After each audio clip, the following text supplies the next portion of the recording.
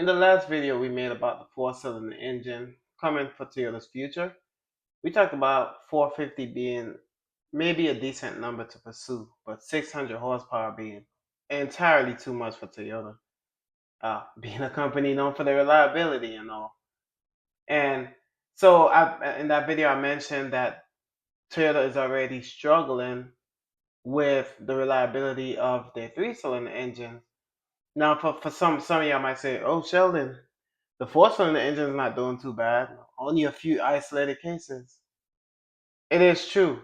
And if you're a Toyota fan like me, you probably didn't look into the situation of the three-cylinder engine, the fires, and a few isolated cases. But then, as of the last couple of weeks, I looked into it, guys, and I'm gonna tell you the situation is not good with the three-cylinder engine. Please like and subscribe down below, and we'll get into it right in this video, and we'll get the situation out there for everybody to know about. Thank you.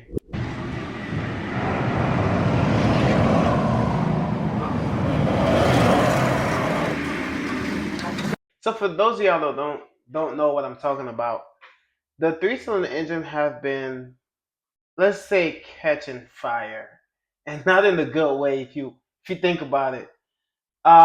There's been news reports of a guy that's on the interstate not really using it even on inappropriate uses, and saw smoke, went on check under the engine. Before you know it, his car's on fire. And then, you know, uh, as a Toyota fan, I wanted to say, look, it's just an isolated case, right? Toyota, I'm, I mean, Toyota said that he was abusing the car. He did over 85 miles per hour. But then I know everybody thought that little voice inside was like, sports car, you could do over 85 miles per hour in any sports car.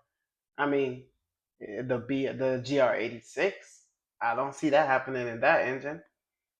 So that little thought brought me down this rabbit hole, guys, where I looked into the situation and I stopped taking Toyota's word for it. Now, I'm gonna give you a little spoiler alert. I still recommend the GR Corolla and the GR Yaris. I myself still want one. So uh don't think this is just me slandering Toyota, guys. I'm still a fan. It's just the situation is it's not as hunky dory as I thought it was. There's an actual real problem with three-cylinder engine. And before I get into the problems, I'm gonna go ahead and talk about the benefits and why Toyota made the decisions they made.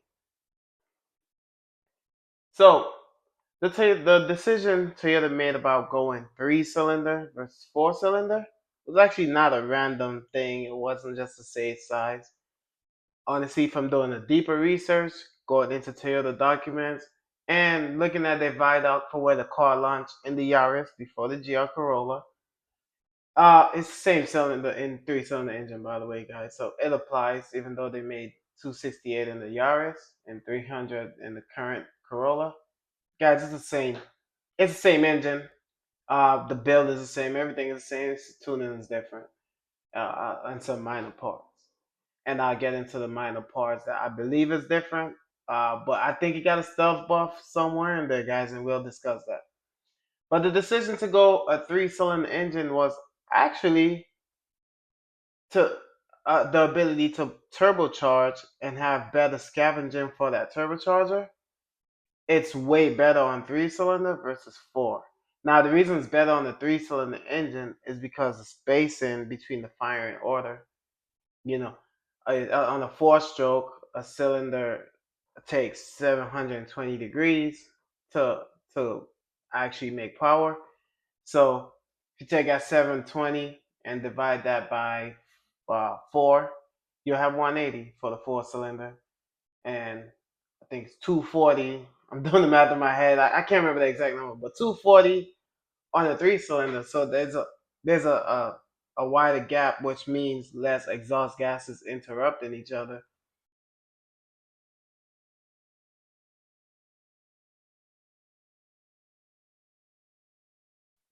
On a turbocharged engine.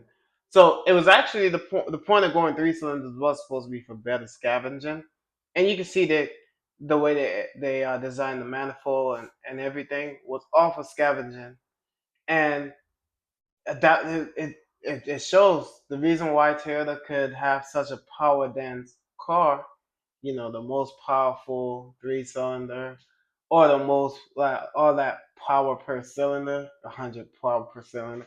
Like it's all good. It's all I like the engine, and I appreciate the passion for sportiness.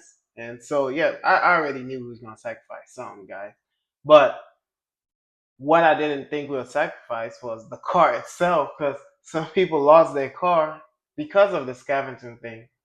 Now, some of y'all saying, well, why you say it's because of the scavenging properties why some of us lost the cars? And I'll tell you why right now. Guys, the same benefit, the same thing that was built to benefit us. You talking about the oil sprayers and the oil squirters. You got 3 of them per cylinder. So it's 9 in total. um, all of those lead to misfire happening because of oil getting in between the cylinder ring and getting causing a misfire with oil in it. And so this was made worse. Why it's worse on a 3 cylinder because of spacing of each firing order. So you have it's down collecting a lot more oil than a 4 cylinder normally would. So essentially, guys, what's happening to these cars is that the connecting rods is coming through the engine block. And before you said it's not a big deal, I mean, it kind of is, because we've seen both stock and tune examples of the car have the issue of the con rod coming through the block. Now, the solution people found for it is forging the engine, or getting new pistons with tighter tolerances. Now, you notice it's not happening as much on the newer cars, right? The newer GR Corolla. You probably thinking to yourself, what's happening? Why isn't it happening on the newer cars?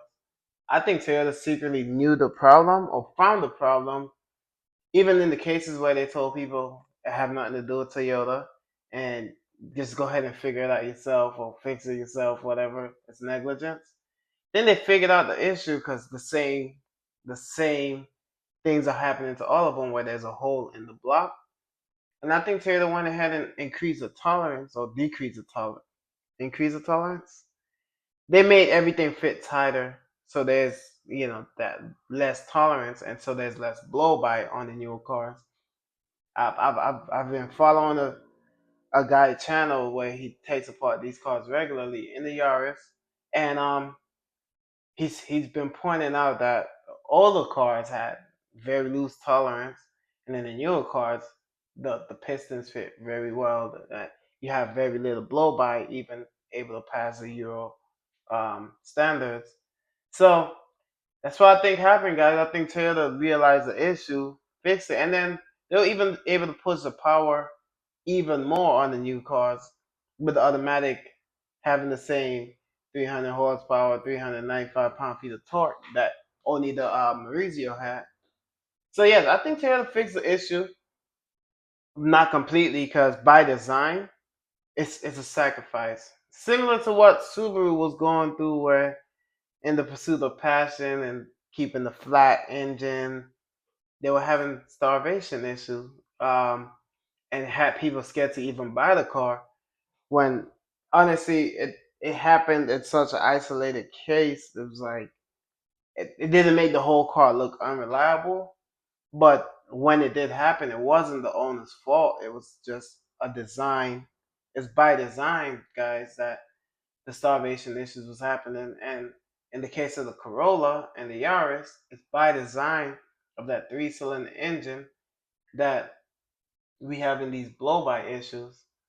And so using kind of the same mindset, making these decisions in the pursuit of power is all good and well.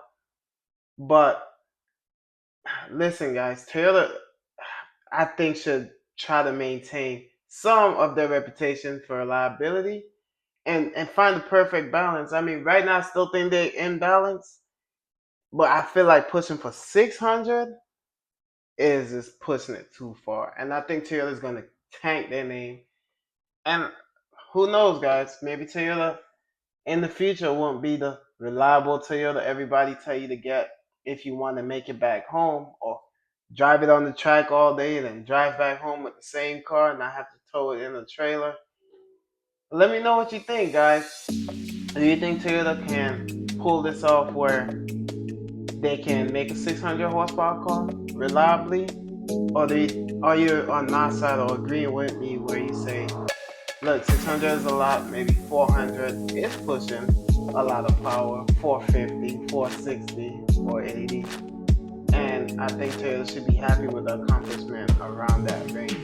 Let me know, guys. Comment section down below. Thank you.